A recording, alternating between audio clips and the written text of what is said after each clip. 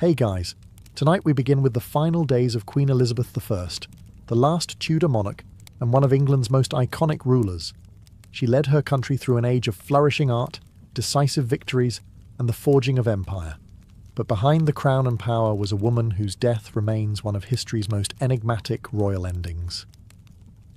So, before you get comfortable, take a moment to like the video and subscribe, but only if you genuinely enjoy what I do here. And let me know in the comments where you're tuning in from and what time it is for you.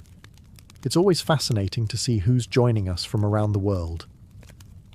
Now, dim the lights, maybe turn on a fan for that soft background hum, and let's ease into tonight's journey together. By the winter of 1602, Elizabeth I was approaching her 70th year, an age few reached in Tudor England. Her skin, once powdered into porcelain perfection, had begun to betray the fragility beneath. Her brilliant auburn wigs, once symbols of youthful power, now sat atop a body weathered by nearly half a century of rule. For 44 years she had reigned alone. She had outlived rivals, buried suitors, and silenced every threat that rose against her. But now the iron will that had defined the Queen was beginning to crack. Though her mind was still sharp, those around her noticed something was shifting. Her appetite had waned. Her presence at court had grown sporadic. The fire that once radiated from her throne at Whitehall seemed dimmed, and with the turning of the year, rumours began to whisper through the tapestried halls of Richmond Palace. Rumours that their sovereign was fading. There had been loss. Painful, personal loss. The execution of Robert Devereux, the Earl of Essex, in 1601, had struck a deep blow. Though he had betrayed her, leading a failed rebellion and attempting to seize power, Elizabeth I had loved him in her own way. Some said it was motherly affection. Others whispered of something deeper. Regardless, watching him walk to the scaffold tore at her. She never truly recovered from that grief. In her final winter, she would spend long hours standing, refusing to sleep, refusing to eat. Servants noted that she rarely sat, and even less did she speak. When she did, her voice was thin, trailing like smoke. Sometimes she would gaze into the empty fireplace for hours, unmoving, as if staring into something far beyond it, something only she could see. The court began to prepare. Physicians offered tinctures, tonics, and prayers, but the Queen dismissed them all. Ministers gently urged her to rest, to speak, to name a successor, but the once commanding monarch only shook her head. Something weighed on her heart, heavier than politics, heavier, perhaps, than the crown itself. As March approached, one truth began to settle among those closest to her. The reign of Elizabeth I was quietly, painfully, coming to an end. As the days passed, the gloom that filled Elizabeth I's private chamber at Richmond Palace deepened. The once vibrant court, famous for its music, pageantry, and lively discourse, had grown hushed. The Queen, who had dazzled Europe with her wit and resolve, was now wrapped in heavy silks, surrounded by shadows and silence. She no longer held council meetings, nor did she take her usual rides or walks in the gardens. Her ladies-in-waiting, the closest and most trusted women in her life, were dismissed one by one from her room until she remained mostly alone. Even the few she allowed to stay, such as Lady Scrope, spoke only in soft, uncertain tones, unsure if their presence comforted or agitated her. Her mind, they whispered, was slipping. It was during this time that her physicians began to observe something troubling. Not only was the Queen refusing food, she had also started to resist sleep altogether. She would stand for hours on end, rooted to the same spot by her bed or by the window, as if the very act of lying down might bring death closer. When her legs could no longer support her, she would sit stiffly on cushions, eyes fixed on some invisible point, lips moving silently in prayer or thought. Some speculated that she feared death not as a woman, but as a ruler.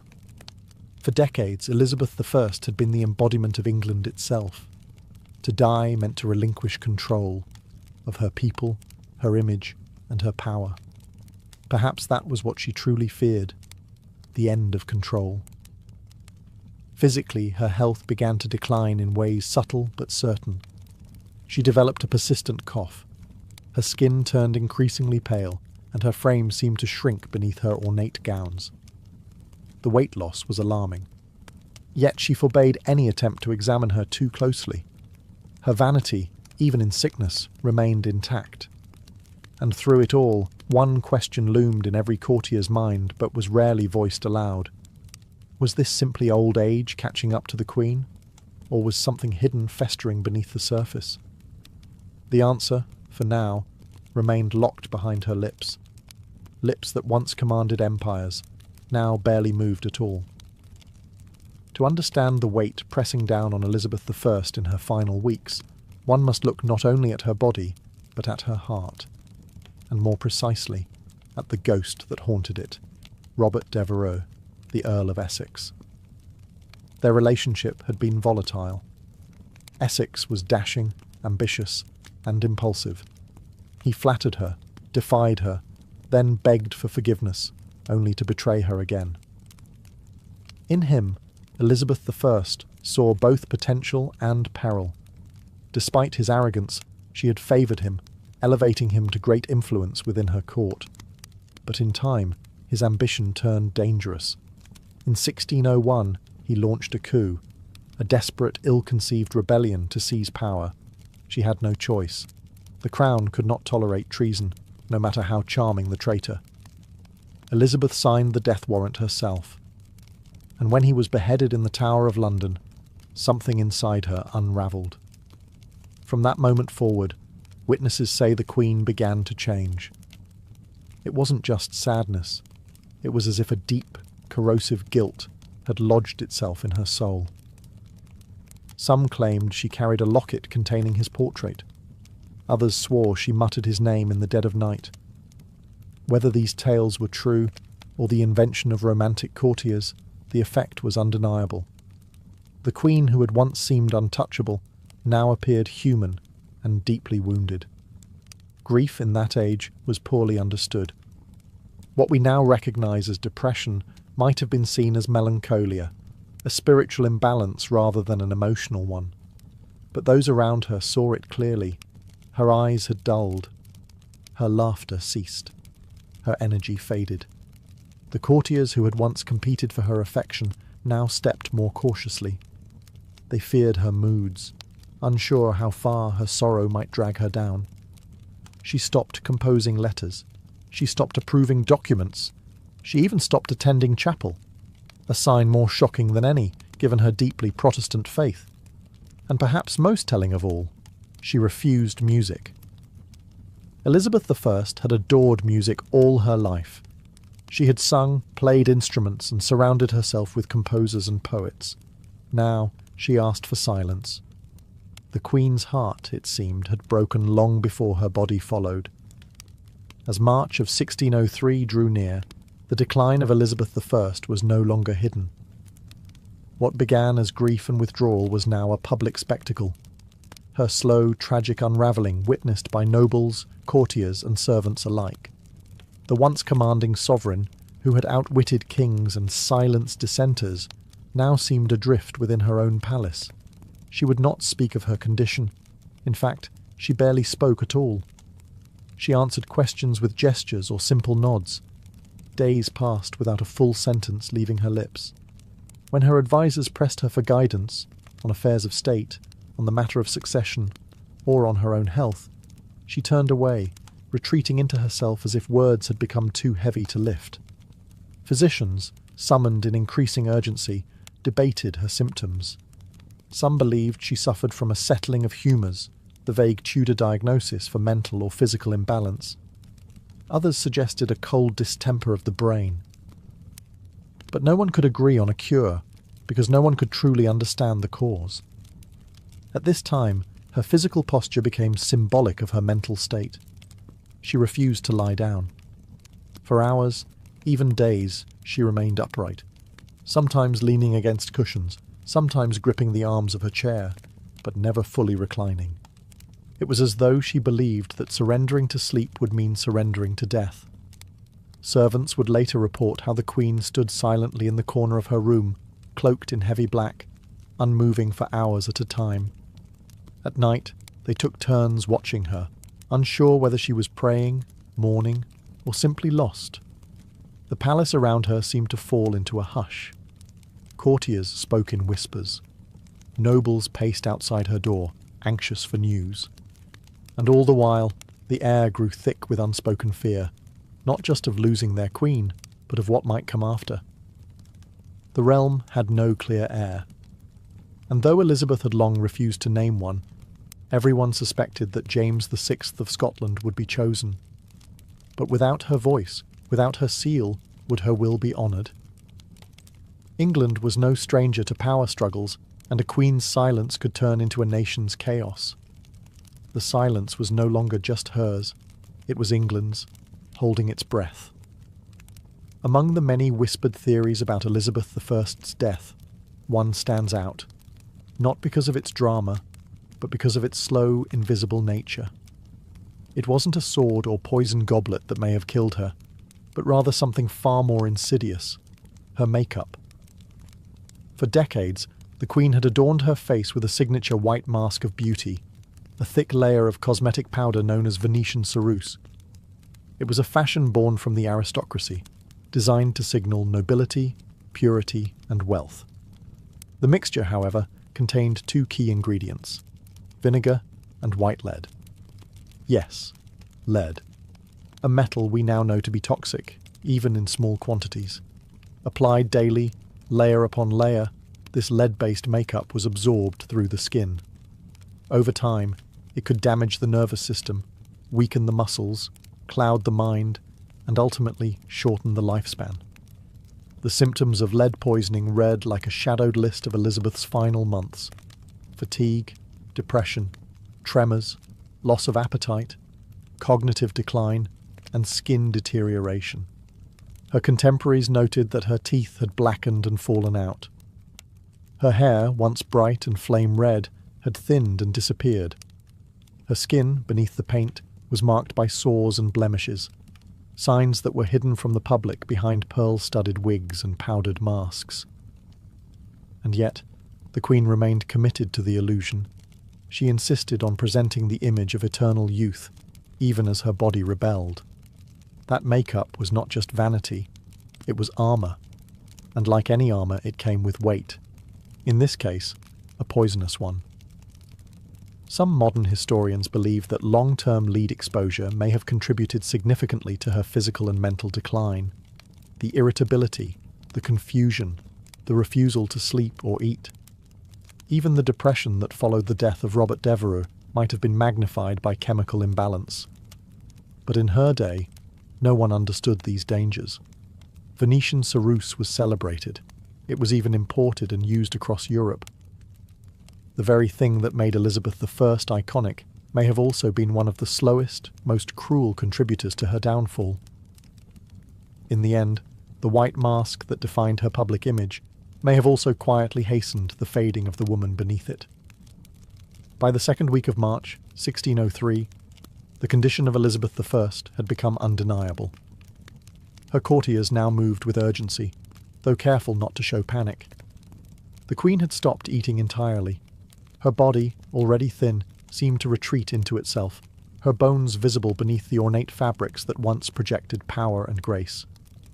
She was wasting away, and yet no one could give her illness a name. Tudor medicine had no clear diagnostic tools. There were no thermometers, no microscopes, no concept of infection as we know it. Illness was a matter of humours: blood, phlegm, yellow bile, and black bile. If those were imbalanced, disease followed. Treatments involved bleeding, herbal poultices, or purging the system. And yet, none of these worked, because no one truly understood what was happening inside the Queen. Modern scholars have suggested that she may have succumbed to pneumonia. The cold air in Richmond Palace, mixed with long hours of standing and fasting, may have led to a lung infection. A persistent cough, chills, and a slow slide into delirium align with such a theory. And without antibiotics, even a mild case of pneumonia was potentially fatal.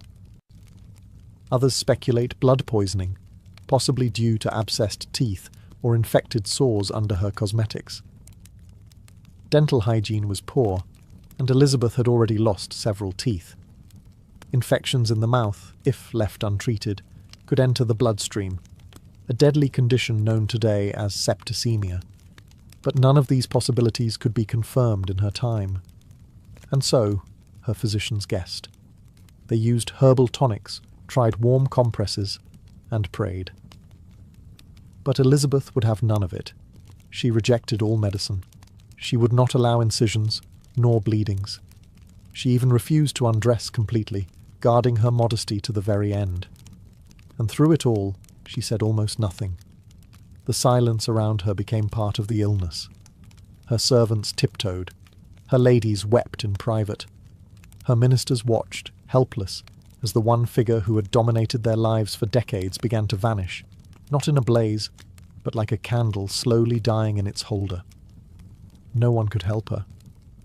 No one even knew what to call it. And so they simply waited for the end, or a miracle. Though her body was failing, it wasn't illness alone that burdened Elizabeth I. It was the immense, inescapable weight of rule. For over 4 decades, she had stood as the embodiment of England. Her crown was not just a symbol of power, it was a living thing, fed by every decision she made, every speech she delivered, and every threat she outwitted. But now, in the stillness of her chamber, that crown sat heavy and unclaimed. And the question of what came next loomed over the dying queen like a storm. Elizabeth had no children, no direct heir. The Tudor line, so fiercely defended and glorified, was ending with her. And though she had maintained a lifetime of political control, she had long resisted naming a successor. Why? Perhaps because naming one meant acknowledging her own mortality, something she had stubbornly refused to do. The most obvious candidate was James VI of Scotland, son of Mary, Queen of Scots, whom Elizabeth had executed decades prior. He was male, Protestant, and had a legitimate claim through his great-grandmother, Margaret Tudor.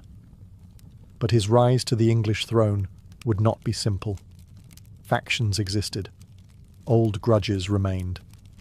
Catholic claimants still lurked in the shadows. As the Queen's strength faded, pressure mounted on her to make a formal declaration. Ministers, especially Robert Cecil, the Secretary of State, pressed gently, but firmly. England could not be left rudderless. Civil war was not a memory so distant as to be forgotten. And in a world where monarchs ruled by divine right, the death of a queen without clear succession was a recipe for chaos. But Elizabeth remained silent. Some say she gestured when asked if James should be king, perhaps a subtle nod, perhaps nothing at all. Others claim she whispered, "I will have no rascal to succeed me," only to later accept the inevitable. But there is no record, no firm confirmation. The monarch who had delivered some of history's most memorable speeches would not speak her final decision. It is possible that, in her mind, acknowledging a successor was equal to surrendering, to admitting that her story, her dynasty, and her era were truly coming to a close. And perhaps that was more painful than death itself. As March drew on and the hours grew colder, those attending Elizabeth I faced a peculiar and increasingly disturbing reality. The Queen refused to sleep. Not occasionally, but entirely. Days and nights blended into one endless vigil as she remained seated or standing in her chamber, eyes distant, spirit detached. To many, it seemed that the Queen was terrified not of death, but of what lay between her and death: rest. There were moments when her attendants begged her to lie down, but she resisted with such force that they stopped asking. Her refusal wasn't rooted in stubbornness alone. It carried the weight of superstition and sorrow. In Tudor times, sleep was often viewed as a temporary death, a time when the soul drifted dangerously close to the beyond. And Elizabeth I, despite her formidable logic and intellect, may have believed that if she closed her eyes, She would never open them again. And so, she sat. Sometimes hunched in her chair, other times leaning against the wall, she defied the limitations of her failing body. The swelling in her legs worsened. Her breathing grew shallow. But still, she would not lie in bed. Her servants tried to coax her with music. She turned it away. They brought warm drinks. She waved them off. She did not wish to be comforted, nor convinced. It was as if she was standing watch over her own death, refusing to give it an invitation. Eventually, her strength began to betray her. She collapsed several times. On one occasion, she was found crumpled beside her chair, unwilling to cry out for help. After that, her ladies-in-waiting took turns staying close, hovering like ghosts of the court she had once commanded. Even they no longer spoke to her unless spoken to first. The atmosphere in the room was one of reverence, sorrow, and dread. When at last she agreed to lie in bed, it was not from peace, but from exhaustion. Her body had given out. She was placed beneath the covers gently, like a fragile relic being lowered into silk. It was the first time she had rested in days, and for many, it felt like the beginning of the end. The moment Elizabeth I allowed herself to be laid in bed, her chamber transformed. The silence grew heavier, more sacred. Those closest to her gathered, advisors, ladies, physicians, each one aware that this was not just the death of a woman, but the closing of an age. The Tudor dynasty, which had ruled England for over a century, was ending with her final breath. The room was dim. Tapestries muffled footsteps. Candles flickered. Outside, the palace held its breath. No proclamations were issued, no bells tolled, only whispers passed through the corridors of Richmond Palace. Those who had served her for decades now found themselves standing still, waiting for a word, a sign, a farewell that would never come. Despite the gravity of the moment, Elizabeth I said nothing. She had once been a queen of eloquence. Her words could rouse armies, silence parliaments, and charm foreign courts. But now, as she drifted between consciousness and sleep, not a single parting phrase escaped her lips. Not to her ladies, not to her council, not even to the realm she had so long protected. Instead, she communicated through faint movements, slight nods, flickers of the eyes, the barest tremble of her hands. Some thought they saw her reach toward the crown resting nearby. Others claimed she gestured toward a portrait of James VI, the presumed successor. But there were no declarations, no final speech to echo through history. What did she see, lying there in silence? Perhaps visions from her reign, the young girl imprisoned by her sister Mary, the triumphant queen greeting the troops at Tilbury, the glittering court of poets and explorers, the fires of religious wars, the execution of Mary Queen of Scots, the death of the Earl of Essex. A life of power, shadowed by solitude. Outside her chamber, preparations had already begun. Courtiers quietly packed their belongings. Ambassadors wrote coded letters to their kings. Messengers waited with horses ready. They all knew what came next. And yet, until the last moment, England remained a kingdom without a sovereign. For until her last breath, Elizabeth I was still queen. No one could take her place. Not yet. Not until she was gone. As the final hours of Elizabeth I's life unfolded, those who remained in her chamber stood like statues, silent, sorrowful, and uncertain. The Queen no longer responded to touch or sound. Her breathing had grown shallow, irregular. Her skin, pale from age and illness, now took on an ashen hue. The fire in her had gone from a steady flame to a flickering ember. Lady Scrope, one of her most faithful attendants, refused to leave her side. She held the Queen's hand and dabbed her brow with linen soaked in rosewater. Others stood in the background, whispering prayers, some aloud, others in their hearts. There was no ritual for this. There had never been a monarch like her before. Outside, Richmond Palace was wrapped in a quiet anxiety.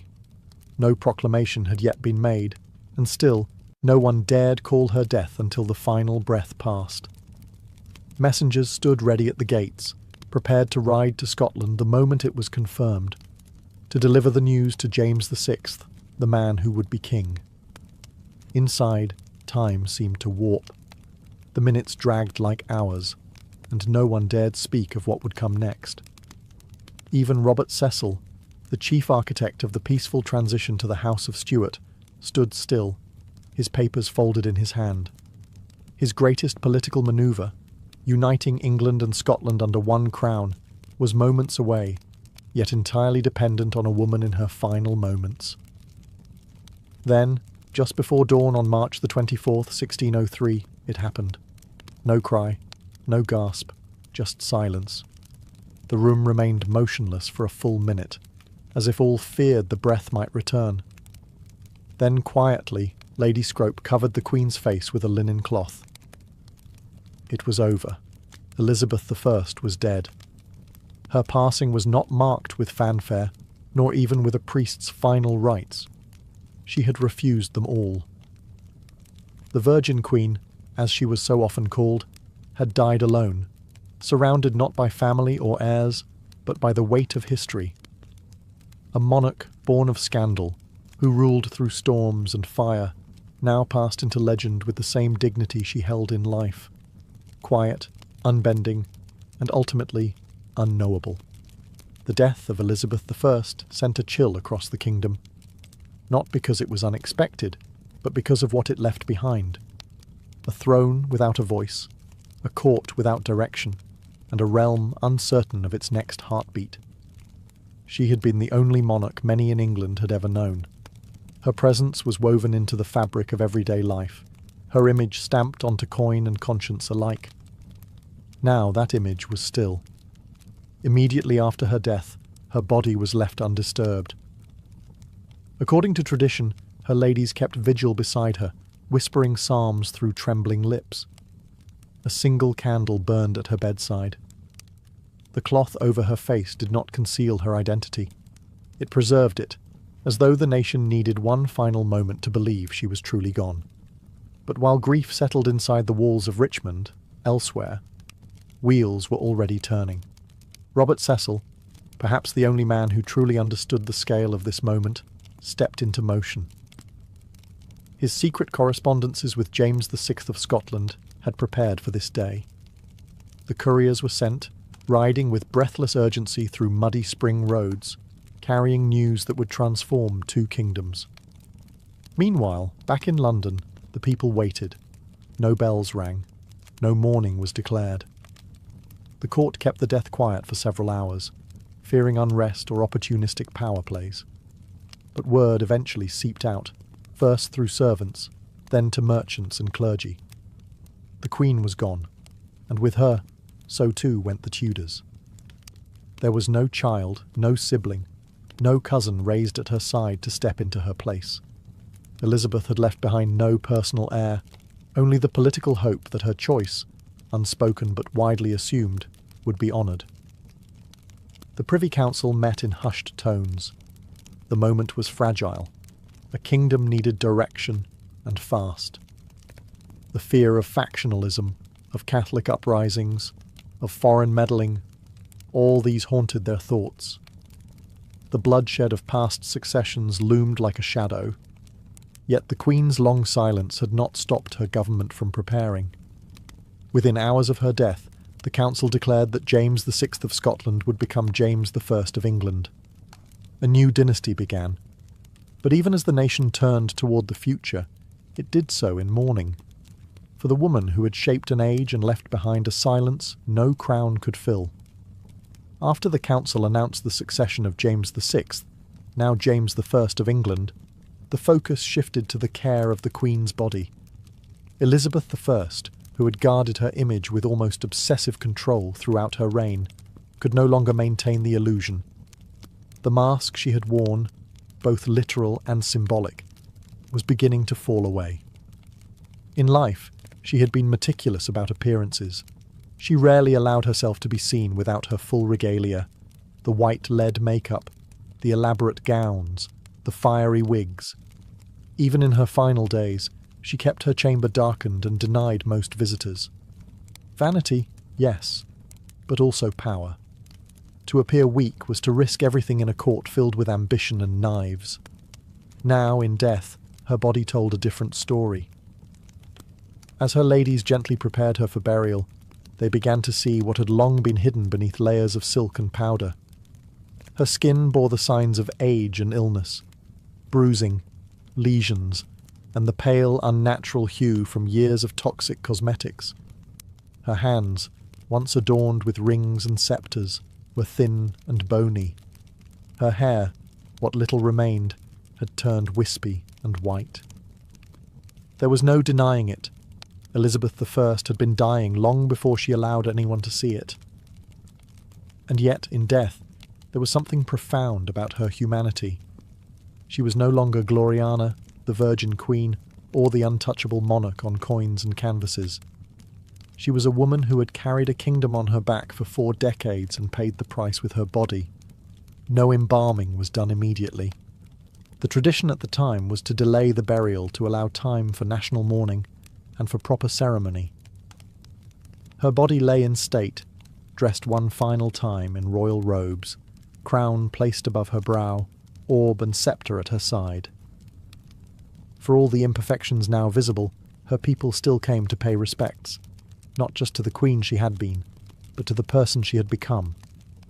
A woman of contradictions, powerful and alone, brilliant and burdened, fierce and fragile. The mask had slipped away, but what remained was not less regal, only more real. On April the 28th, 1603, more than a month after her death, the body of Elizabeth I was finally laid to rest. The delay had not been caused by negligence, but by reverence. England had lost its longest reigning monarch to date, and such a passing demanded a ceremony that would match the magnitude of her legacy. Her funeral procession began at Whitehall and moved slowly toward Westminster Abbey. The streets of London were lined with mourners, nobles, clergy, commoners. Thousands of faces turned toward the carriage that bore their queen one final time. Some wept. Others stood in solemn silence. There were no cheers, no songs, only the tolling of bells and the shuffle of boots on stone. The coffin was draped in velvet and borne upon a massive hearse drawn by 4 horses. Above it sat an effigy of Elizabeth I, dressed in state robes with crown, orb and sceptre, eyes open, face serene, as if still watching over her people. The image was so lifelike that many believed it to be her real body, propped upright in death. Behind the hearse marched an honour guard, followed by the nobles of her court, members of Parliament, and ambassadors from foreign nations. Each step echoed the weight of transition. A queen was being buried, but an entire era was being mourned. At Westminster Abbey, she was interred in the vault beside her half-sister, Mary I, a symbolic reunion between 2 queens once bitterly divided by religion and rivalry. On the tomb, the inscription reads, "Partners in throne and grave, here rest we 2 sisters, Elizabeth and Mary, in the hope of one resurrection." The irony was not lost on historians. In life, the sisters had been enemies. In death, they lay side by side. The funeral marked more than the end of a monarch. It marked the end of the Tudor dynasty. With Elizabeth gone, so too ended the lineage that had brought England out of the Wars of the Roses and into an age of exploration, cultural flourishing, and national pride. And as the Abbey's great doors closed behind her, an entire kingdom stood changed. The Elizabethan age was over. What came next would be shaped by a different hand and a different crown. More than 4 centuries have passed since Elizabeth I took her final breath, and yet the mystery surrounding her death remains. Unlike monarchs who died in battle or by clear illness, Elizabeth's decline was veiled in silence, secrecy, and contradictions. As a result, scholars, physicians, and curious minds have continued to speculate.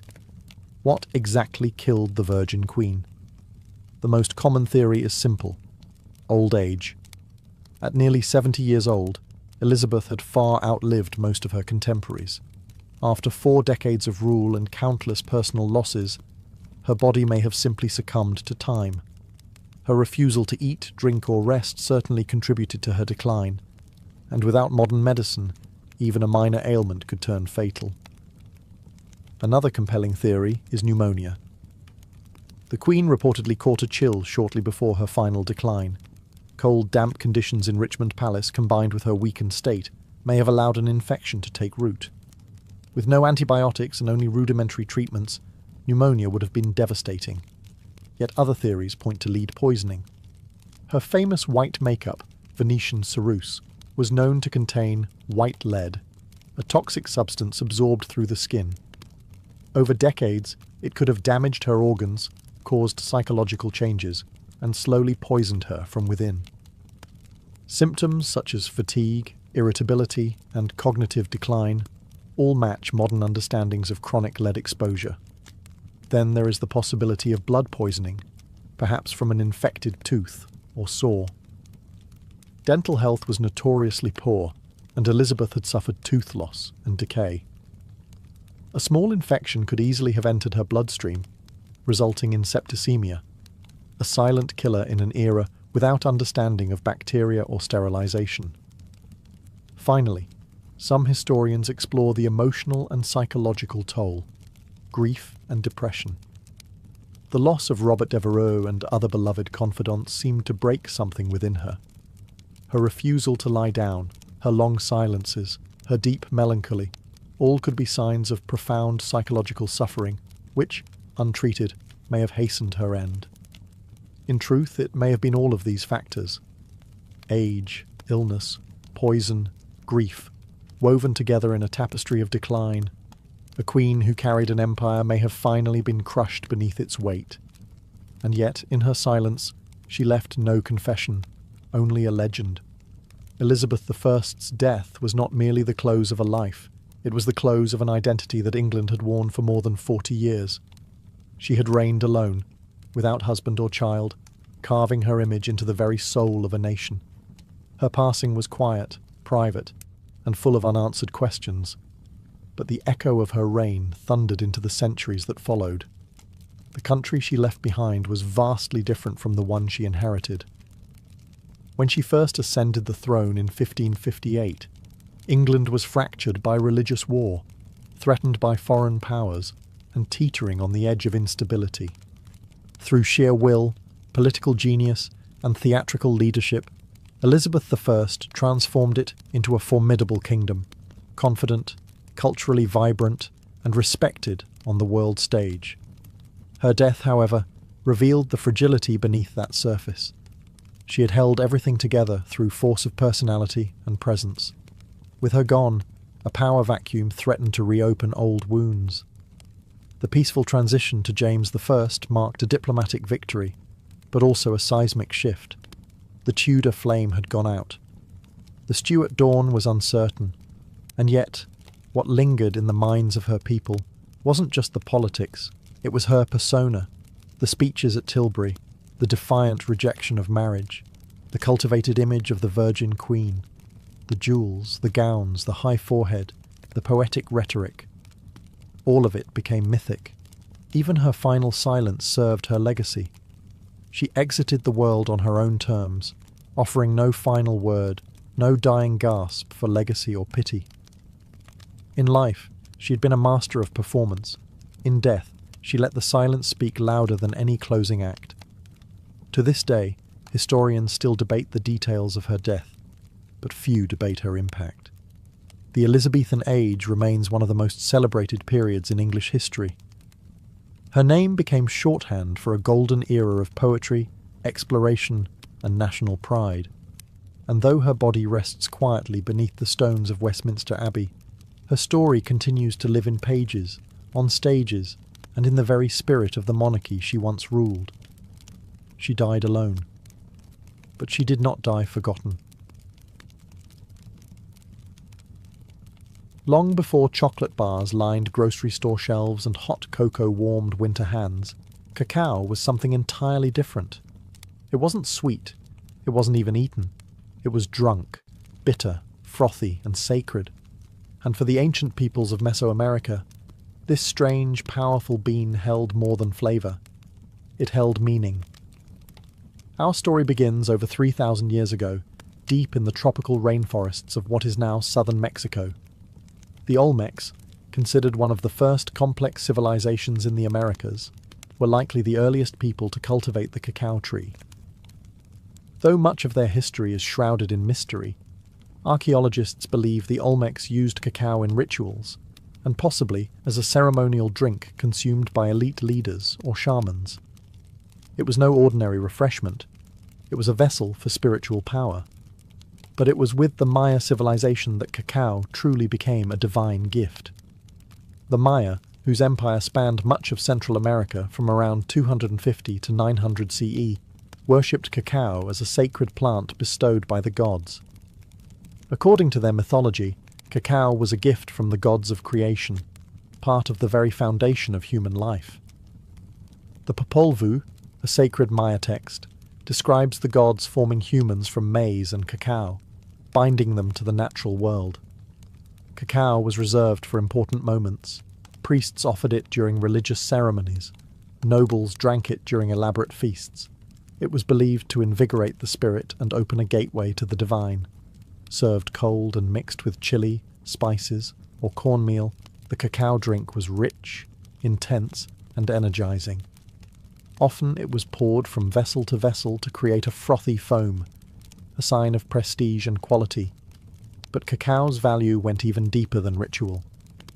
Maya markets used cacao beans as currency. A few beans could buy a tamale.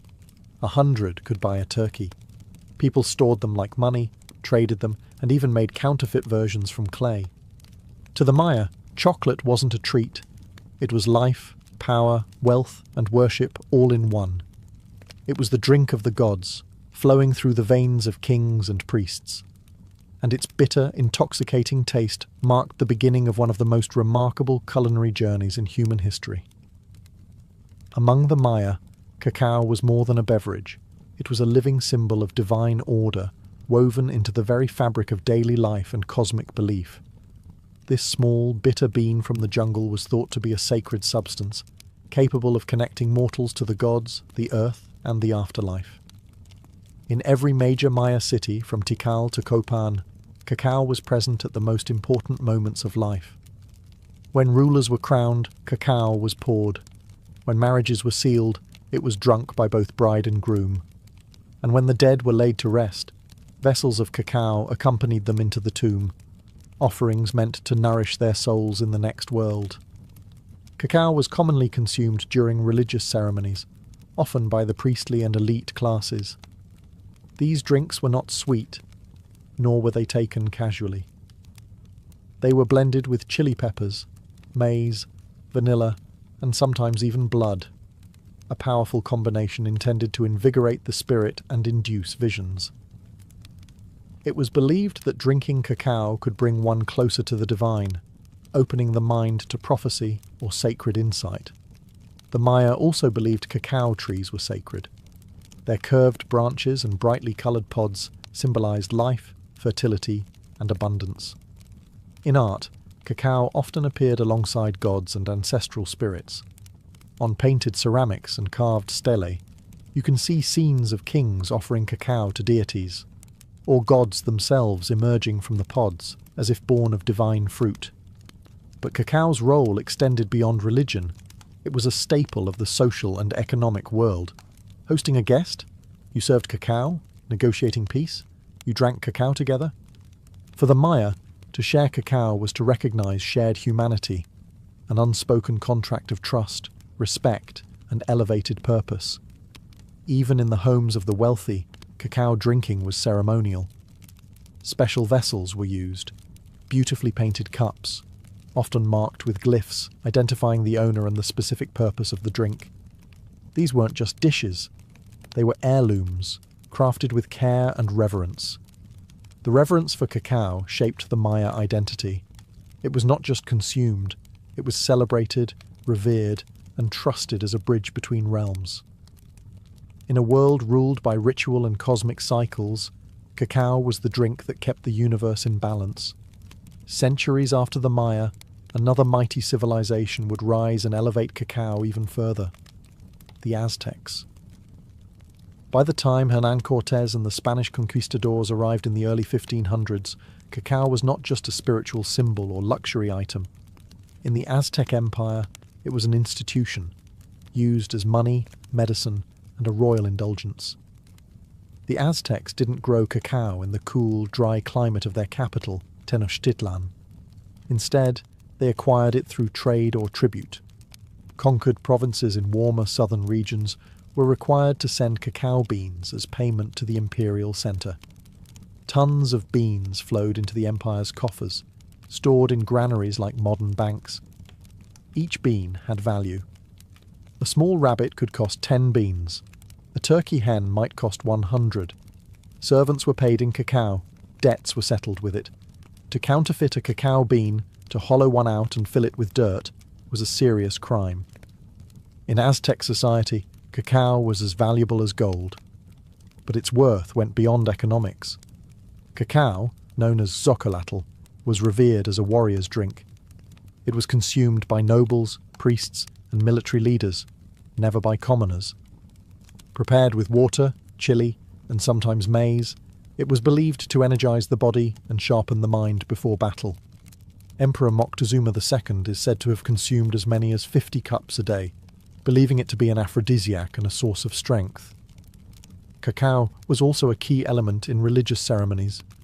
Offerings were made to deities like Quetzalcoatl, the feathered serpent god who, according to legend, gave cacao to humanity after stealing it from paradise. It was believed that cacao had divine origins, and drinking it properly was a sacred act. In Aztec culture, cacao represented wealth, war, worship, and royalty. It was a seed of power, earned, stolen, traded, and honoured. But all of this would soon collide with European conquest. When Spanish eyes first saw the cacao bean, they didn't recognise its value. But that would change. The bitter drink of warriors and kings was about to cross the ocean, where it would be forever transformed, sweetened, commodified, and woven into a global obsession.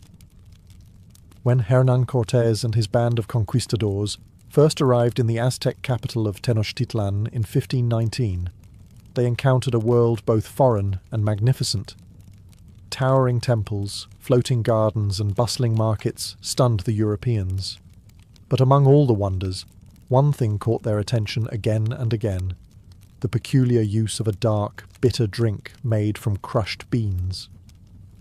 The Spanish watched as Moctezuma II was served cup after cup of xocolatl in golden vessels. They observed warriors, nobles and priests treating the substance with reverence.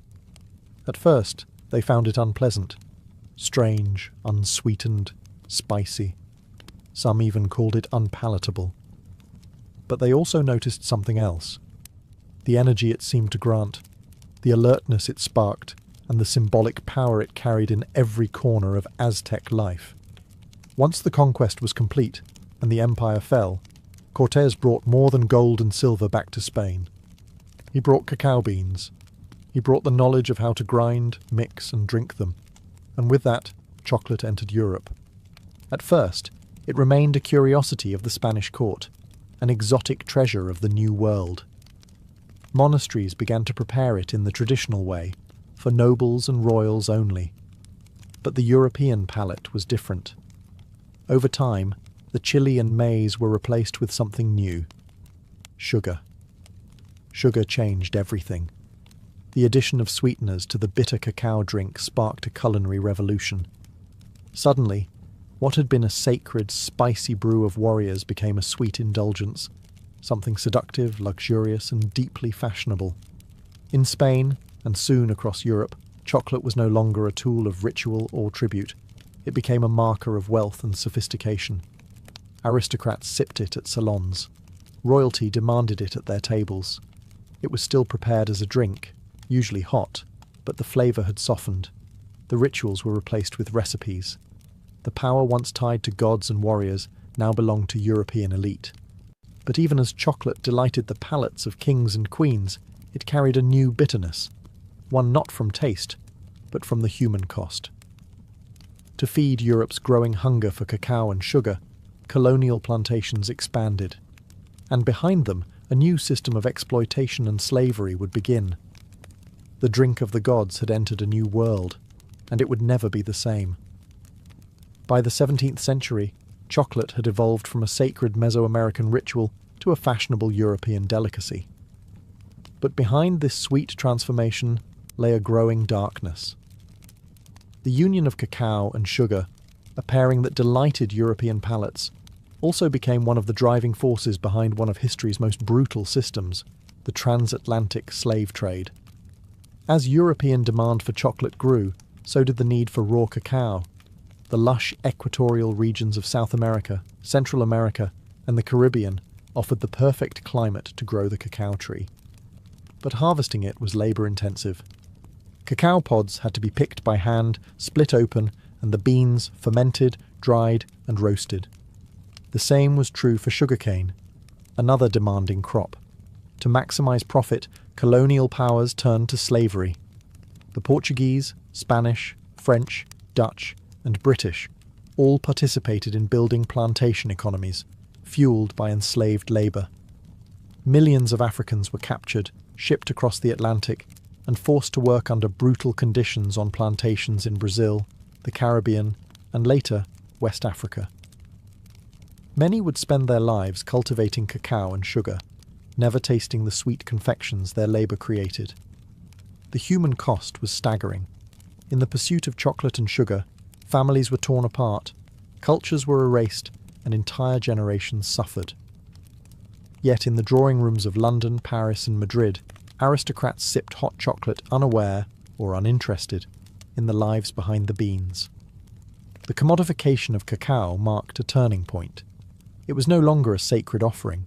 It was a global product, something to be traded, taxed, and turned into profit. And as the industrial age approached, the demand would only grow. What began as a spiritual drink, crafted with reverence and ceremony, had now become entangled in empire and exploitation. The taste that had once symbolized divine connection now left a bitter residue, one of blood, suffering, and systemic injustice. Yet the allure of chocolate only deepened.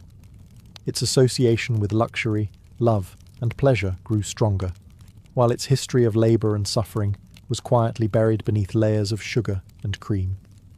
The story of chocolate's rise was no longer just about flavour or ritual.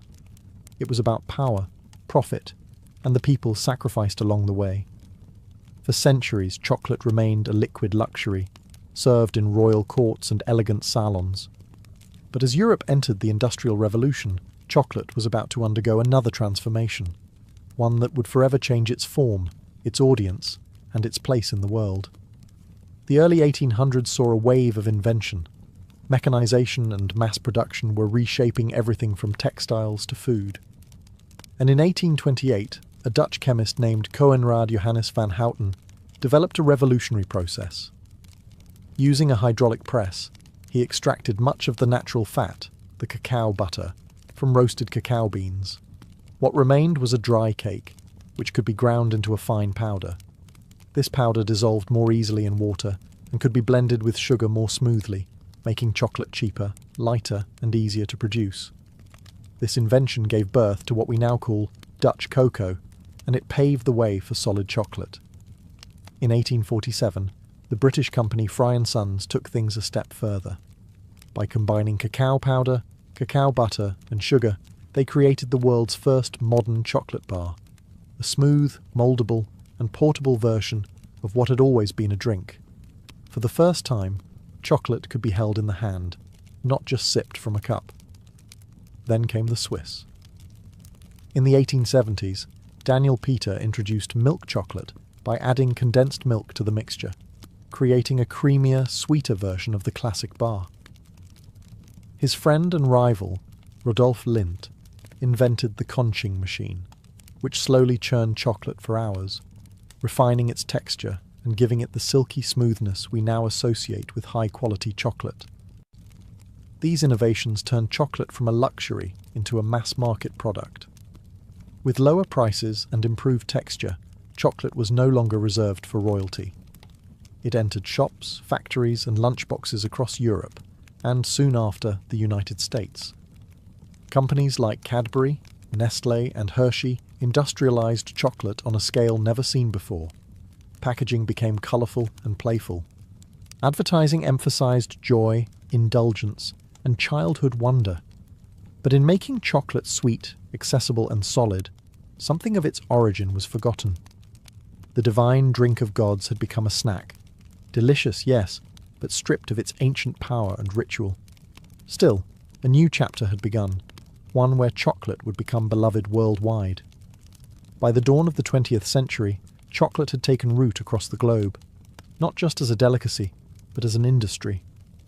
What began as a sacred brew among ancient civilizations had become a worldwide phenomenon, driven by factories, marketing, and the unstoppable forces of global capitalism. In the United States, chocolate took a uniquely American turn with Milton Hershey. In the late 1800s, Hershey applied mass production methods to chocolate, much like Henry Ford would later do with automobiles. His factory in Pennsylvania produced affordable milk chocolate for the average American, not just the elite. By 1900, the Hershey bar was born, and with it, a new American love affair with chocolate. But chocolate was no longer just a product. It was becoming a symbol. Soldiers carried it into war. Children traded it on playgrounds. It appeared in cookbooks, holiday rituals, and romantic gestures. Valentine's Day, Halloween, Easter, each adopted chocolate as its unofficial mascot. Its sweetness now spoke to love, comfort, and nostalgia. Meanwhile, international companies expanded cacao cultivation to meet demand. West Africa, particularly Ghana and Côte d'Ivoire, became global hubs for cacao farming, surpassing Latin America. The same regions that had once endured colonial rule and slavery were now supplying over 70% of the world's cacao, often under exploitative conditions. Even in modern times, labour abuses, including child labour and poverty-level wages, persist in many cacao-growing regions. Yet despite its tangled roots, chocolate's popularity only grew. In Japan, it became a refined art. Small, exquisite bonbons, gifted with ritual precision. In Switzerland, it was a matter of national pride, with brands like Toblerone and Lindt defining premium quality. In Mexico, chocolate returned to its ancient roots, used in traditional dishes like mole, where bitter and savoury flavours coexist. Global chocolate culture was, and still is, a paradox. Universal, yet personal. A product born of indigenous ceremony, transformed by empire, refined by industry, and then embraced in 1,000 unique ways across continents. From the Andes to Antwerp, from Ghana to Geneva, chocolate had become part of the human story. And even though few stopped to wonder where it came from, every bite carries the flavour of history, sweet, bitter, and everywhere in between. In the whirlwind of industrial growth and global expansion, chocolate's ancient origins were largely forgotten. What once carried divine meaning and ceremonial weight had become, for many, just another snack, delicious, convenient, and sold by the millions. But in recent decades, a new movement has begun to stir. A rediscovery of chocolate's roots and a return to the bean. The craft chocolate movement began in earnest in the early 2000s, inspired by trends in coffee, wine, and slow food. Artisans and chocolatiers across the world started asking, where does our chocolate come from? Who grows it? What does it taste like before it's buried beneath sugar and additives? The answers led them back to the cacao bean. Unlike industrial chocolate, which is often blended from beans sourced in bulk, craft chocolate focuses on single-origin cacao, preserving the unique flavours of specific regions, soils, and fermentation styles. Beans from Madagascar might taste fruity and citrusy, while those from Ecuador could carry floral or nutty notes. Chocolate, it turned out, had terroir, just like wine. This reawakening wasn't just about flavour, it was also about ethics. With greater awareness came concern over how cacao is produced.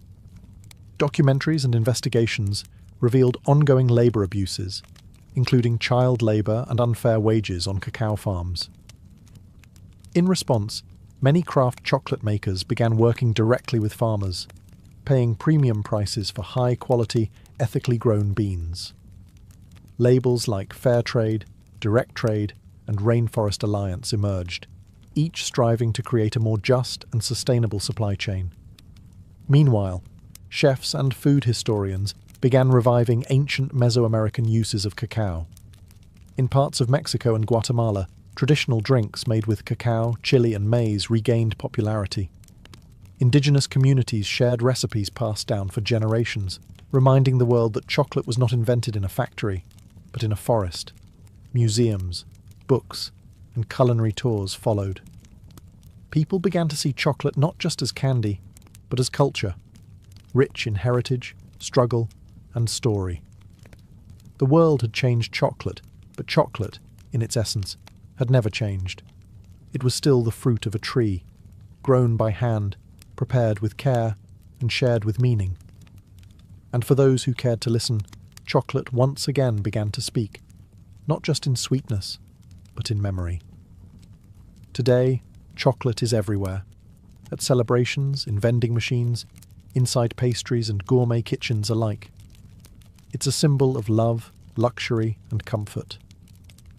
But beneath its creamy surface lies a history that's anything but simple. It's a story of gods and empires, of joy and exploitation, of ritual and reinvention.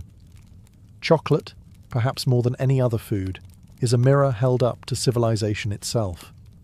From the sacred ceremonies of the Maya to the bitter brews of Aztec warriors. From the hands of enslaved labourers on colonial plantations to the gilded salons of European nobility. From wartime rations to Valentine's Day traditions, chocolate has journeyed alongside humanity, reshaping itself at every turn. Its legacy is layered. On one side, chocolate represents ingenuity, resilience, and cultural fusion. It is the perfect example of how ingredients from one continent can meet techniques from another to create something entirely new. It has inspired poetry, science, and innovation, from the chemistry of tempering to the artistry of flavour balancing.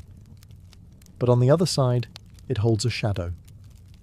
Much of the modern chocolate industry still depends on the labour of impoverished farmers, many of whom have never tasted the chocolate bars their beans help produce. Despite awareness campaigns and ethical certifications, problems like deforestation, underpayment, and child labour remain ongoing concerns in the cacao supply chain. Chocolate is also a story of forgotten voices. The indigenous peoples who first revered cacao saw it as sacred. Their traditions, silenced by colonization, are only now being rediscovered, and their contributions acknowledged. Each time we bite into a truffle or sip a cup of hot cocoa, we engage, knowingly or not, with that deep and often painful history. And yet, for all its contradictions, chocolate continues to unite people. Across languages, borders, and beliefs, it brings joy. It comforts. It celebrates. It endures. Perhaps that is chocolate's greatest legacy, not just its flavour, but its ability to evolve, to adapt, and to survive the rise and fall of civilizations. From ritual to recipe, from seed to symbol, chocolate has always meant more than it seemed. It is, in the end, not just a treat, but a story, one that even now we are still writing. In the early decades of the 19th century, the United States was a young and growing nation, restless in its ambitions. Its population was surging, and white settlers were pushing outward, hungry for farmland, gold, and opportunity. To many, the promise of the American frontier was a divine right.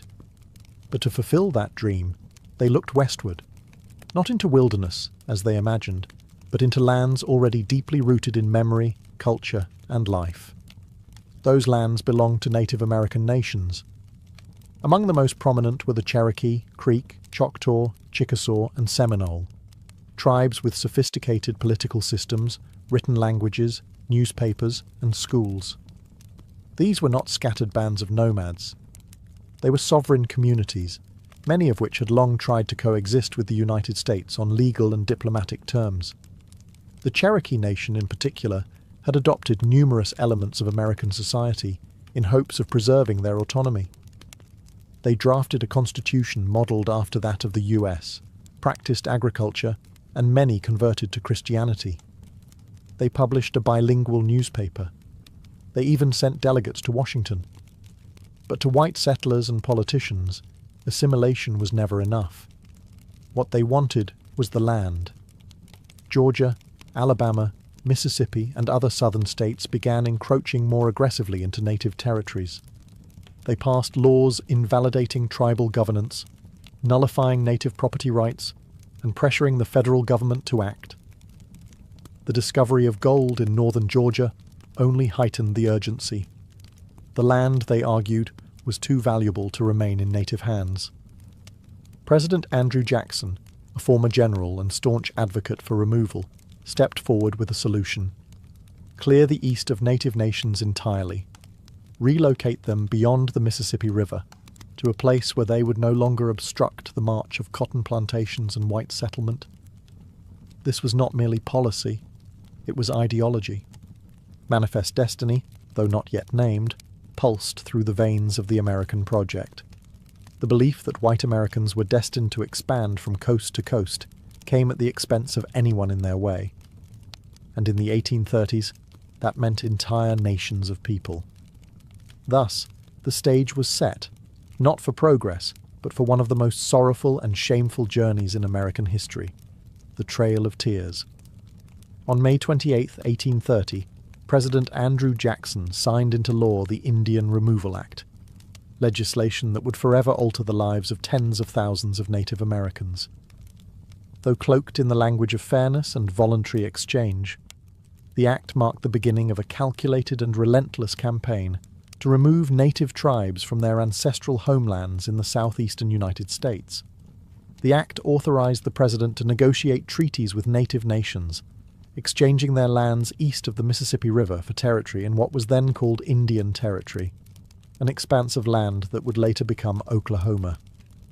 Supporters of the law argued that it would protect native peoples from extinction by placing them far from white encroachment. But in truth, it was a land grab, dressed in the rhetoric of protection. Andrew Jackson, a military hero celebrated for his brutal campaigns against the Creek and Seminole, saw removal as a logical continuation of American expansion. He claimed native peoples could not live in harmony with white settlers. Removal, he argued, was not only beneficial, it was inevitable.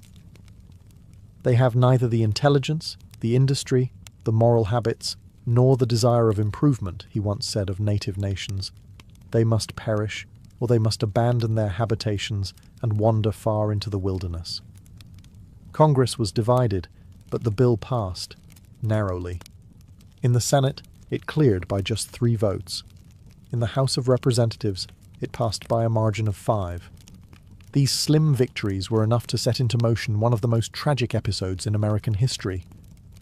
Some tribes agreed to relocate, fearing war or further loss. Others held out, believing the promises of treaties that offered money, supplies, and safe passage. But these promises would prove hollow for many.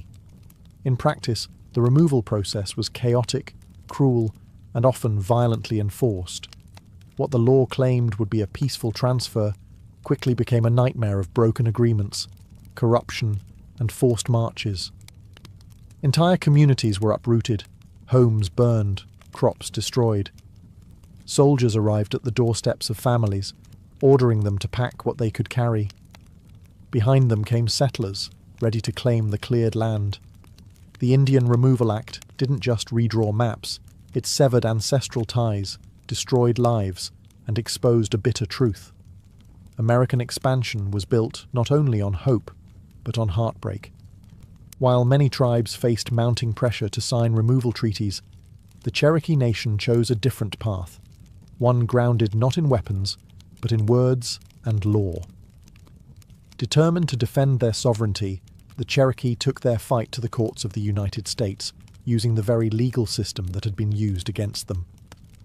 Under the leadership of Principal Chief John Ross, the Cherokee drafted a constitution, created a formal government, and asserted their right to exist as a sovereign nation within U.S. borders. They believed that by proving their civilization and political structure mirrored that of the American Republic, they could protect their territory. Their resistance culminated in two landmark Supreme Court cases. In Cherokee Nation v. Georgia, 1831, the Cherokee sought a federal injunction against laws passed by the state of Georgia that stripped them of their rights and lands. The court, led by Chief Justice John Marshall, ruled that the Cherokee were not a foreign nation and thus had no standing to sue, a devastating blow. But the next year, a second case would shift the tide. In Worcester v. Georgia, 1832, the court ruled in favour of the Cherokee, declaring that the state of Georgia had no authority to impose laws on Cherokee territory. Marshall affirmed that the federal government alone could negotiate with sovereign native nations. For a brief moment, justice appeared to be on the Cherokee's side.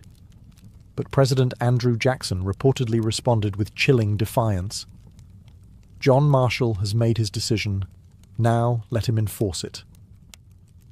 Whether he actually said those exact words remains debated, but his actions left no doubt. Jackson refused to uphold the court's ruling, and Georgia continued to ignore it. The Constitution had spoken, but political will refused to listen. The Cherokee, clinging to hope, still resisted signing removal treaties, but division crept in. A small faction within the Cherokee, led by Major Ridge, John Ridge, and Elias Boudinot, believed removal was inevitable and signed the Treaty of New Echota in 1835 without the authorization of the Cherokee government. That treaty, passed by a narrow vote in the U.S. Senate, sealed the fate of the Cherokee Nation. Despite the protests of the majority, it was declared binding, and so the Cherokee fight for justice ended, not with a gavel, but with the sound of soldiers preparing to march. In the spring of 1838, under orders from President Martin Van Buren, thousands of federal troops and state militias descended upon Cherokee lands. The time for negotiation was over. The Treaty of New Echota, signed by a minority of Cherokee without the consent of their nation, had been ratified by Congress. Removal was now official policy, and the military was sent to carry it out by force. Across Georgia, Tennessee, North Carolina, and Alabama, Cherokee families were torn from their homes with little warning. Soldiers arrived at farms and cabins with bayonets and orders. Families were given only moments to gather belongings, sometimes nothing more than the clothes on their backs.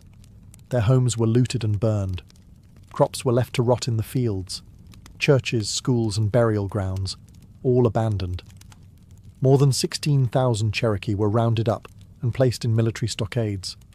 These makeshift camps were overcrowded and unsanitary, with little food, dirty water, and no shelter from the elements. Disease spread rapidly. Measles, dysentery, and whooping cough took a heavy toll even before the march began. Some groups were moved immediately under armed guard. Others, held in the sweltering summer heat, were forced to wait until autumn, when travel conditions were considered more favourable. But cold rains, early snow, and inadequate supplies would make the journey even more deadly. The Cherokee called the route Nuna Dal Tsuni, the trail where they cried. Roughly 100 to 200 miles stretched between their homes and the so-called Indian Territory. The march was slow, harsh, and humiliating. They walked through mud and snow, across frozen rivers, over mountains and prairies. The elderly collapsed. Children died in their mothers' arms. Entire families vanished along the trail, buried in shallow, unmarked graves by the roadside. Some tried to maintain dignity, singing prayers, carrying sacred objects, recording names of the lost. But the weight of grief was unbearable. Hunger gnawed at their strength. Winter pierced their thin clothing. Guards showed little mercy. By the time the last group arrived in what is now Oklahoma in early 1839, it's estimated that over 4,000 Cherokee had died, nearly a quarter of their entire population. This was not simply a relocation. It was a death march, a forced erasure of identity, home, and hope. When the last group of Cherokee reached Indian Territory in March of 1839, The journey was over, but the suffering was not. The losses endured along the Trail of Tears extended far beyond the 4,000 lives claimed by disease, exposure, and starvation. What died on that trail was more than people. It was a way of life, a spiritual connection to land, and the cultural continuity of an entire nation. The trauma echoed through generations. Survivors arrived weakened, broken, and grieving. They had lost elders who carried traditional knowledge, children who had represented future hope, leaders who had defended their people with all the strength they had. There were no ceremonies for the dead, no time for mourning. The land they had been forced to settle was unfamiliar and often hostile. The promises made by the US government of protection, supplies, and fertile land were inconsistently honoured or ignored altogether. The physical wounds were matched by the emotional ones. The Cherokee had been a proud nation with schools, printing presses, and a constitution. They had trusted the legal system, believing that law would protect them. But their trust had been betrayed, their justice denied, their rights erased. Among the survivors, divisions deepened. The Treaty Party, those who had signed the Treaty of New Echota, were viewed by many as traitors. In June of 1839, just months after the relocation, Major Ridge, John Ridge, and Elias Boudinot were assassinated by fellow Cherokee in a wave of retribution. The unity of the nation, already battered by removal, now fractured further under the weight of internal conflict. And yet, even amidst devastation, the Cherokee endured. They rebuilt schools. They re-established their government. They began printing newspapers again. They held on to their language, their stories, their faith. The resilience that had once carried them through legal courts and diplomatic struggles now became the foundation of survival. Still, the scars of removal ran deep, and they remain today. The Trail of Tears is not just a chapter in a history book. It's a living memory carried in families, in oral traditions, and in the soul of a people who were forced to leave everything behind. And in that memory, there is sorrow, but also strength. While the Cherokee Trail of Tears is the most widely remembered, it was not the only forced removal. The Indian Removal Act of 1830 targeted multiple native nations, each with their own languages, traditions, and lands, and each endured their own version of exile, suffering, and loss. The Choctaw were the first to be removed.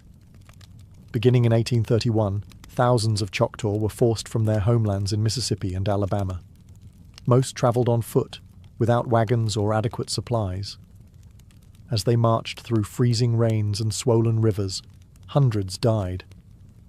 A Choctaw chief later called it a trail of tears and death, a phrase that would echo in history. The Creek Nation, once powerful in the southeast, was next. After years of broken treaties and violent clashes with settlers and militias, they too were rounded up and driven westward. In 1836, over 15,000 Creek were removed, many in chains. Thousands perished along the way, while others were sold into slavery or scattered from their kin. The Chickasaw negotiated payment for their lands before removal, but their journey was no less brutal. Delays in receiving compensation left them without resources, and hundreds died from disease and starvation during the move west. The Seminole of Florida resisted most fiercely. From 1835 to 1842, they waged guerrilla war against US forces in the swamps and forests. Leaders like Osceola became symbols of resistance. But even the Seminole could not withstand the weight of US military power forever. Thousands were captured or killed. Others were forcibly marched to Indian territory, while a small group fled deep into the Everglades, where their descendants remain today. In all, over 100,000 Native Americans from multiple nations were displaced during the removal era. The government called it policy, the settlers called it progress, but for Native peoples, it was catastrophe. Each nation's trail was different, but all shared the same themes: betrayal, suffering, and loss. Sacred homelands were stripped away, cultural centres were shattered, the bonds of community, family, and memory were stretched to the brink, And yet, these nations carried their songs, their languages, and their spirit with them, into a new land that did not welcome them, but where they would find ways to survive. When the Cherokee, Choctaw, Creek, Chickasaw, and Seminole finally arrived in Indian Territory, what is now the state of Oklahoma, they found a land that was nothing like the one they'd been forced to leave. The federal government had promised fertile soil, safety from further encroachment, and permanent ownership of their new homes. But those promises, like so many before, would prove fragile. The land was unfamiliar, the climate harsher. For many, it was difficult to grow crops or rebuild homes using traditional methods. Winters were bitter and unpredictable. Summer droughts scorched the earth.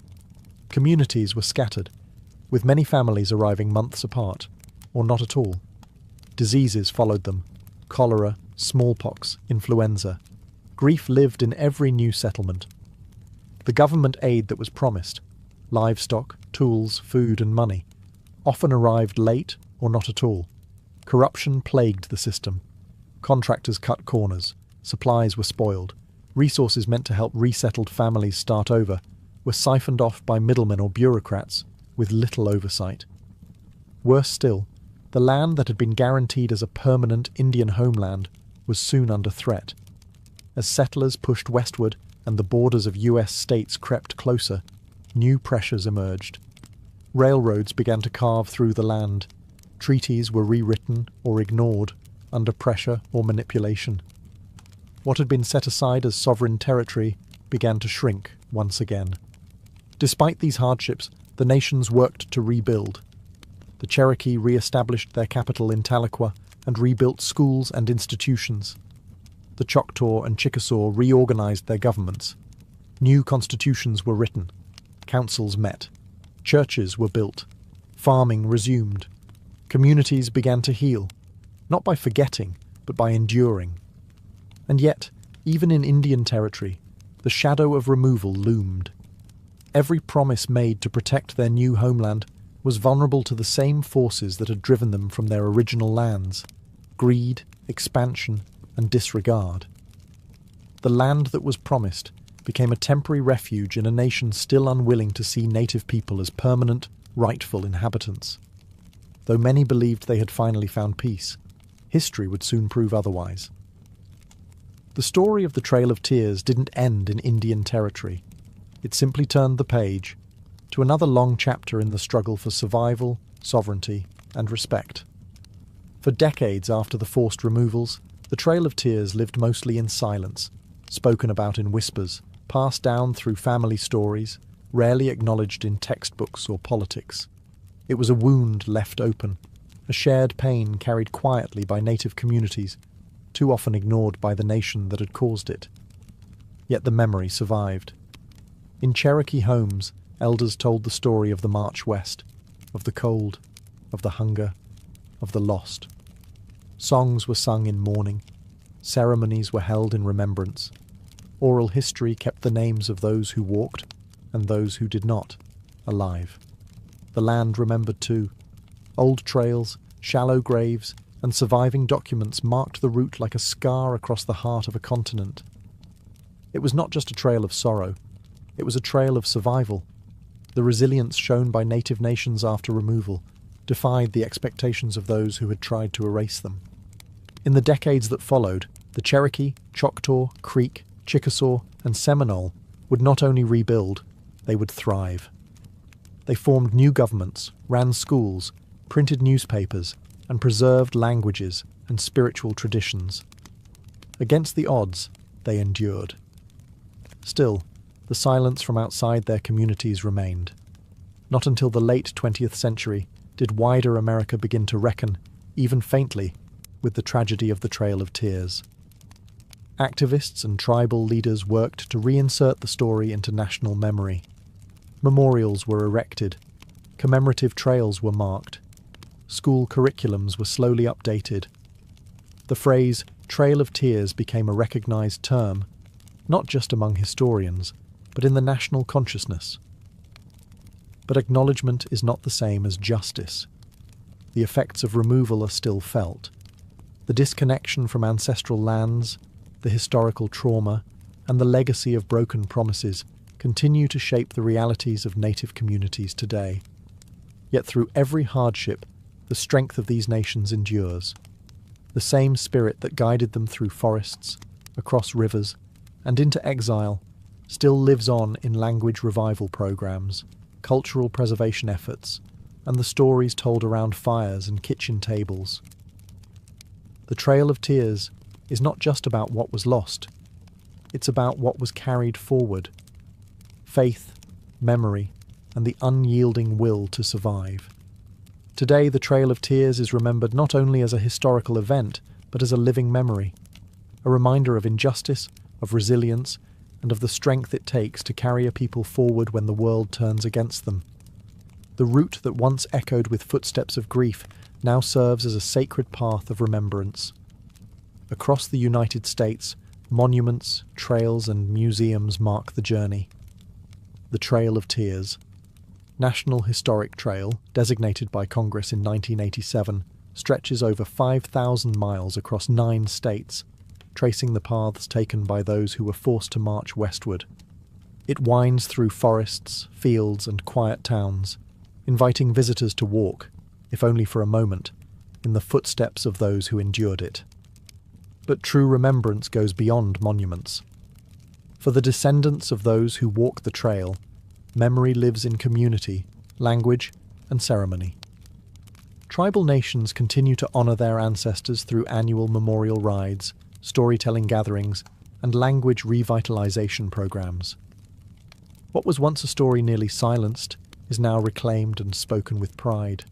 Schools now teach it, films portray it, authors and poets give voice to the sorrow and strength of that era. And native youth grow up knowing that their identity is rooted in more than survival. It is rooted in courage, resistance, and continuity. Yet, there is still work to do.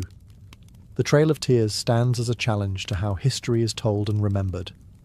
It asks us to confront the cost of expansion, the cruelty behind policy, and the ongoing struggles faced by Indigenous peoples.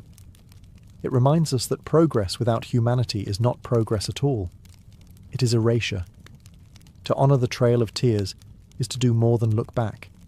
It is to listen, to learn, and to uplift the voices that once were pushed aside. It is to recognise that the story of America is incomplete without its native nations, not just in the past, but in the present, and in every chapter yet to come. And so we remember, not just with sorrow, but with deep respect. Because even in the face of betrayal and exile, the people walked forward, and they did not vanish. They endured. For in the biting cold of early 1692, Salem Village, Massachusetts, was a place thick with unease. Tucked into the harsh New England wilderness, this Puritan settlement was more than just a collection of farms and meeting houses. It was a community teetering on the edge of spiritual and social collapse. The people of Salem believed they were God's chosen, placed in a wild and dangerous land to carve out a righteous life. But beneath their devotion simmered years of fear, tension, and division. The Puritans lived under a strict religious code. They believed in an invisible world filled with angels and demons. The devil, they were taught, was not a metaphor, but a real and active force. Witches, they believed, could sign the devil's book, casting spells and corrupting the innocent. To question this was to question Scripture. To doubt a minister was to challenge God.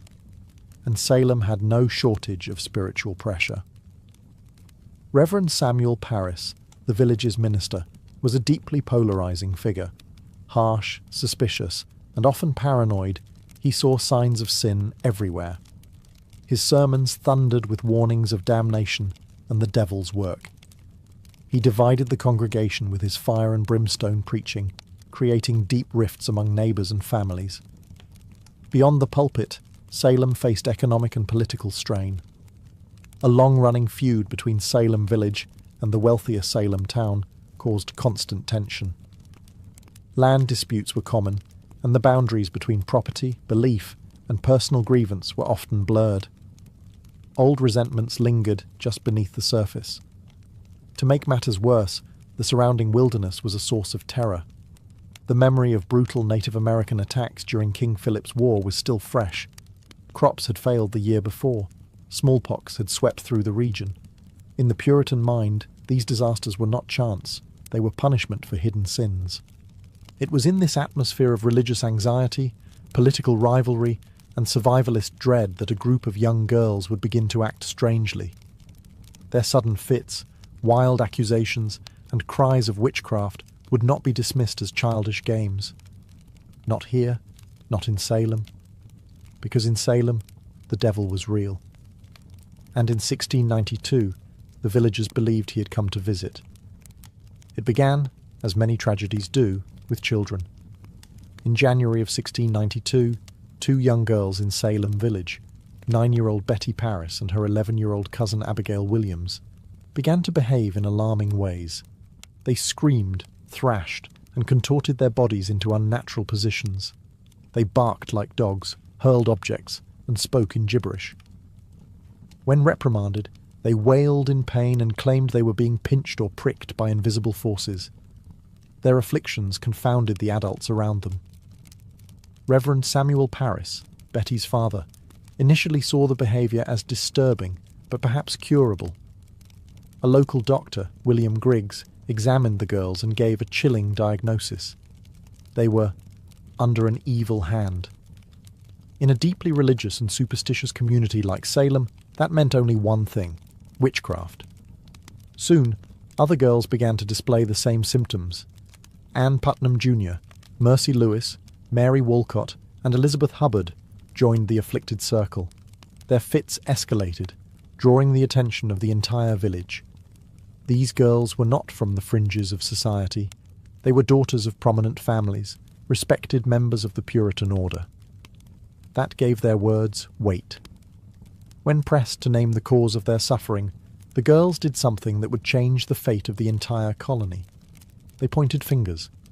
The first to be accused was Tituba, an enslaved woman of Caribbean origin in the Paris household. She was a convenient target.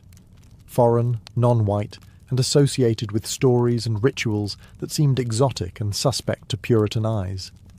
Alongside her, the girls named two other local women: Sarah Good, a poor and often homeless beggar, and Sarah Osborne, who had scandalized the community by refusing to attend church and marrying her servant. 3 women, each vulnerable in different ways, were suddenly the focus of an entire town's suspicion. They were arrested and jailed. For the villagers, this was a spiritual emergency. If witches walked among them, they had to be identified and purged. What had begun as an unexplained illness in a single household now spiraled into full-blown panic. And as the accusations spread, no one, not neighbours, not friends, not even family, would be safe from suspicion. Salem had opened the door to fear, and it would not be easily closed. In the early months of 1692, as more villagers fell into hysterics and more names were whispered in fear, Salem's courts began relying on a kind of evidence never before used in any English-speaking legal system: spectral evidence. It would become the most controversial and damning tool of the trials, and the most dangerous. Spectral evidence was based on the belief that a witch could send her spirit, or spectre, to torment victims from afar. The afflicted girls would scream in court, claiming to see the accused person's ghost pinching, choking, or stabbing them, while the accused stood silently in front of them, often in disbelief. To the Puritan mind, this wasn't imagination or performance. It was considered valid proof of a pact with the devil. When the accused denied their guilt, they were accused of lying. And when they stayed silent, that too was seen as an admission of guilt. Those who confessed, however, were often spared execution, especially if they named other witches. This perverse incentive caused a wave of coerced confessions. Tituba, the enslaved woman accused first, confessed under pressure. She claimed that a tall man from Boston, clearly meant to suggest the devil, had visited her and promised her freedom if she served him. She described strange creatures, flying spirits, and even said she had seen a witch's book filled with signatures, implying that others in the village had also made deals with Satan. Her testimony was graphic, theatrical, and terrifying. Whether Tituba's confession was strategic, survival-driven, or partly imagined, remains debated. But it had a powerful effect.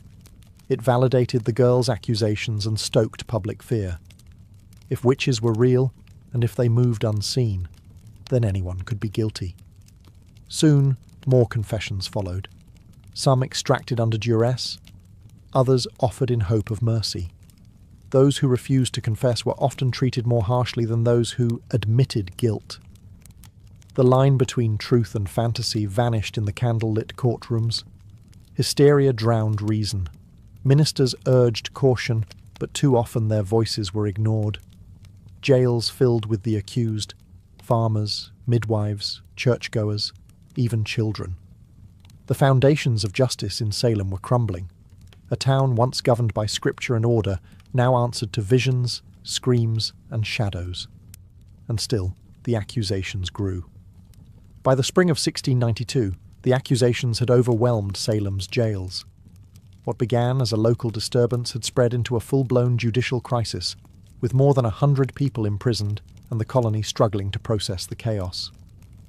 In response, Massachusetts Governor William Phips established a special court, the Court of Oyer and Terminer, meaning to hear and determine, specifically to handle the witchcraft cases. The court convened in Salem town, and its judges included respected men like William Stoughton, Samuel Sewall, and John Hathorne. But even their experience and stature couldn't shield the proceedings from hysteria. The rules of evidence bent to fear. Spectral evidence was accepted. Hearsay was common, and doubt, even skepticism, was considered dangerous. The first to be formally tried and executed was Bridget Bishop, a woman long suspected by neighbours of being unruly and outspoken. She wore bright clothing, ran a tavern, and had been accused of witchcraft years before, making her a perfect scapegoat. During her trial in June, the afflicted girls claimed to see her spectre pinching and mocking them in the courtroom. When she denied all charges, her resistance was taken as proof of guilt. Bridget was convicted swiftly and hanged on June 10th, 1692. She would not be the last. With her death, the machinery of accusation, trial, and execution accelerated. Week by week, more prisoners were brought before the judges. Some were pillars of their communities, church members, midwives, landowners. Others were beggars, widows, or former servants. What united them was not guilt, but suspicion, and in many cases, the misfortune of being disliked, envied, or simply misunderstood. The accused stood before a court where they had little hope. Their fate often depended on the theatrics of their accusers or the political winds of the day. Those who confessed and accused others were usually spared. Those who maintained innocence were more likely to be hanged. Fear fueled everything. Families turned on each other. Neighbours testified to save themselves. Ministers cautioned restraint, but their voices were drowned out by cries for purification. And overhead, a gallows was built on Proctor's Ledge, just outside Salem. It waited in silence as the town below fed it names, one trial at a time. By the height of the summer of 1692, Salem was no longer a town. It was a furnace, burning with fear, accusation, and righteous fury. The witch trials had moved beyond Salem village and Salem town, spreading like wildfire across neighbouring communities. Ipswich, Andover, Gloucester, and others were soon gripped by the same fever. Accusations multiplied, jails overflowed, no one was safe. The accused came from all walks of life. Some were outsiders, beggars, former slaves, women without families. Others were deeply rooted in the community, church deacons, wealthy farmers, and even former accusers. Once the machinery of suspicion began to churn, it spared no one. Families were torn apart. Husbands and wives accused one another. Children testified against parents. Friends betrayed friends. Even those who questioned the legitimacy of the trials became targets. To doubt the existence of witches was, in the minds of some, to align with them. Nowhere was this madness more visible than in the behaviour of the afflicted girls. During court proceedings, they cried out in pain, claimed to see spectral animals, mimicked the accused, and fainted in unison. Their performance became central to the prosecution's case, regardless of how implausible or theatrical it seemed. The court took their suffering as proof, their screams as divine evidence. By the end of summer, more than 150 people had been arrested, and the executions continued. Sarah Good, a homeless woman, was hanged in July after refusing to confess. Her defiance was seen not as strength, but as rebellion against God. Rebecca Nurse, a respected grandmother and member of the Salem Church, was executed despite widespread protest. Her conviction sent a chilling message. Even the most pious were not beyond suspicion. And yet the accusations did not slow. Children as young as 5 were jailed. A minister's wife was accused. Entire families were locked in cells. The colony had lost its grip on reason, consumed by the very evil it sought to destroy. Fear was now Salem's true ruler, shaping justice, warping memory, and silencing dissent. What began as a handful of strange afflictions had become something far more terrifying, a society devouring itself, one accusation at a time. As summer gave way to autumn in 1692, the Salem witch trials reached their darkest depths. The gallows on Proctor's Ledge became a grim fixture on the horizon, a place of ritual execution where cries for mercy were swallowed by the silence of final judgment. The executions were public, meant to serve as warnings. Entire communities gathered to watch. Some came in solemn fear. Others, disturbingly, treated them as spectacles. One by one, the convicted were led to the scaffold, bound and praying, until the trapdoors dropped and another life ended in the name of righteousness. In total, 19 people were hanged as witches, 14 women and 5 men. All maintained their innocence. Many died with prayers on their lips, or psalms recited through trembling voices. None of them received proper burials. As convicted witches, their bodies were denied church cemeteries.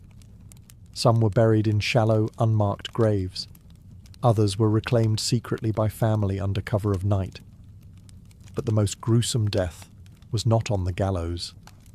Giles Corey, an 81-year-old farmer, and the husband of accused witch Martha Corey, refused to enter a plea at his trial. By refusing to speak, he hoped to prevent his land from being seized by the state. In response, authorities ordered pressing, a brutal and rare form of punishment. Giles was stripped, laid on the ground, and slowly crushed beneath heavy stones. For 2 days, he endured the torture in silence. His last words, according to legend, were chillingly defiant. More weight. He died without ever entering a plea. His resistance made him a tragic symbol of the injustice that had overtaken Salem. Inside the jails, those not yet executed faced horrific conditions. Pregnant women gave birth in filthy cells. The sick died of neglect. Families had to pay for their own food and chains, and some remained imprisoned for months after the trials ended. By the time autumn leaves began to fall, Salem had sentenced more people to death for witchcraft than any other community in American history. What had begun as whispers had ended in blood. And though the executions would soon cease, the damage to Salem's soul had already been done. By the end of September 1692, the fever that had gripped Salem began to falter. The turning point came not from the courts or the clergy, but from a growing sense of unease, a recognition, too long delayed, that something had gone terribly wrong. Doubt crept in quietly. It started when respected citizens, like Rebecca Nurse and John Proctor, were hanged. If such devout, upright people could be witches, who could be trusted? When Martha Corey, a strong-willed churchgoer and even the wife of the colony's former governor, Lady Mary Phipps, were accused, the trials began to eat into the upper ranks of society. The hysteria no longer threatened just the marginalized. It threatened everyone. Reverend Increase Mather, a prominent Puritan minister and father of the influential Cotton Mather, delivered a powerful sermon against the use of spectral evidence, the very foundation of many convictions. In his words, "It is better that 10 suspected witches should escape than one innocent person be condemned." It was a radical reversal in tone and a quiet indictment of the court's methods. Others began to speak out as well. Ministers who had once supported the trials now urged caution. Families of the accused pleaded publicly. Communities neighbouring Salem watched with horror and began distancing themselves. Faced with rising criticism and political pressure, Governor William Phips finally acted. In October 1692, he disbanded the court of Oyer and Terminer. In its place, a new court was created, one that no longer accepted spectral evidence. The change was immediate. Of the remaining prisoners awaiting trial, most were found not guilty. For those convicted, many received reprieves. The executions stopped. Still, the damage had been done. 19 hanged, 1 pressed to death, over 100 imprisoned, dozens more traumatized, families ruined, reputations shattered. The tide had turned, but slowly. Though the courts had changed, it would take months, years, for the last prisoners to be released, and longer still for the community to fully reckon with its sins. But in that autumn, the panic receded. Silence returned to the gallows.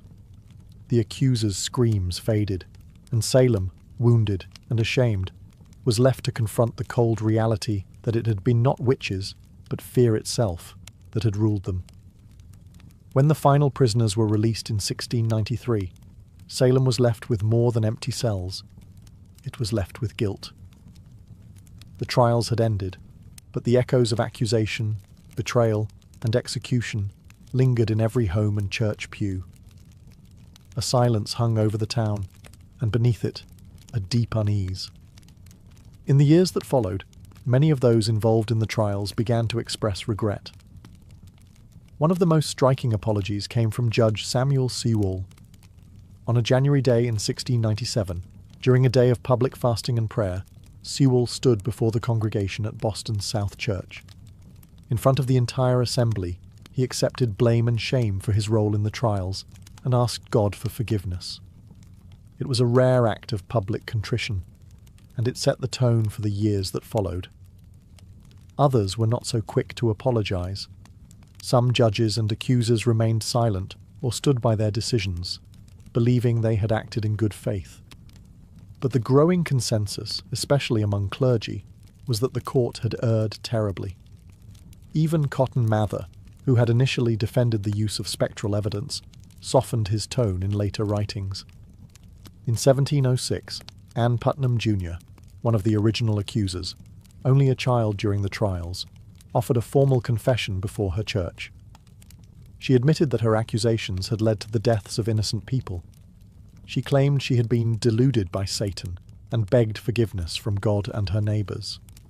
Her words were among the few to acknowledge the specific names of the victims. Families of the accused struggled for decades to clear their relatives' names. In 1711, the Massachusetts legislature passed a bill restoring the civil rights of many of those convicted and awarded monetary compensation to their heirs. But the pain remained. Not all names were cleared, and not all families were compensated. Generations grew up in the shadow of the trials. And yet, over time, Salem tried to heal. The town became a symbol, not of justice, but of what happens when fear overrides reason, when courts abandon fairness, and when hysteria is mistaken for truth. The reckoning had begun, but full justice, as history often shows, would remain elusive. More than 3 centuries have passed since the gallows stood in Salem, but the legacy of the witch trials endures, etched into American memory not as a tale of sorcery, but as a grim warning about the power of fear, the fragility of justice, and the danger of unchecked belief. The very phrase Salem witch trials has come to symbolize mass hysteria, false accusations, and moral panic. It is invoked in courtrooms, classrooms, and political speeches as a cautionary tale, proof of how easily reason can be overwhelmed by suspicion and how quickly a community can turn on its own. Today, Salem embraces its history, but not without complexity. Museums, memorials, and guided tours draw visitors from around the world. The Salem Witch Trials Memorial, dedicated in 1992 on the 300th anniversary of the trials, features 20 granite benches, each inscribed with the name of one of the executed. They do not list their crimes, because there were none. Only names, dates, and final words, testaments to dignity in the face of injustice. Yet even now, Salem's story is more than just tourism or folklore. It is a reflection of human nature. The trials reveal how fear can become contagious, how power can be abused in the name of morality, and how justice can falter when guided by emotion rather than evidence.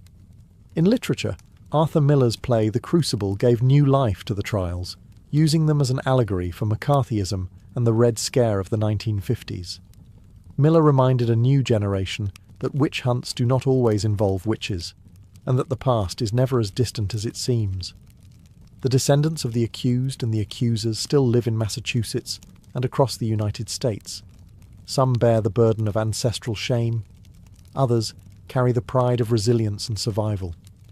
In 2001, more than 3 centuries after the hangings, the state of Massachusetts formally exonerated the last 5 victims, completing the legal clearing of all accused. The Salem witch trials were brief, just over a year in length, but their lessons have proven eternal. They remind us that truth must be defended, even when fear shouts louder, and that the gravest injustices can occur not in moments of darkness, but under the full light of day.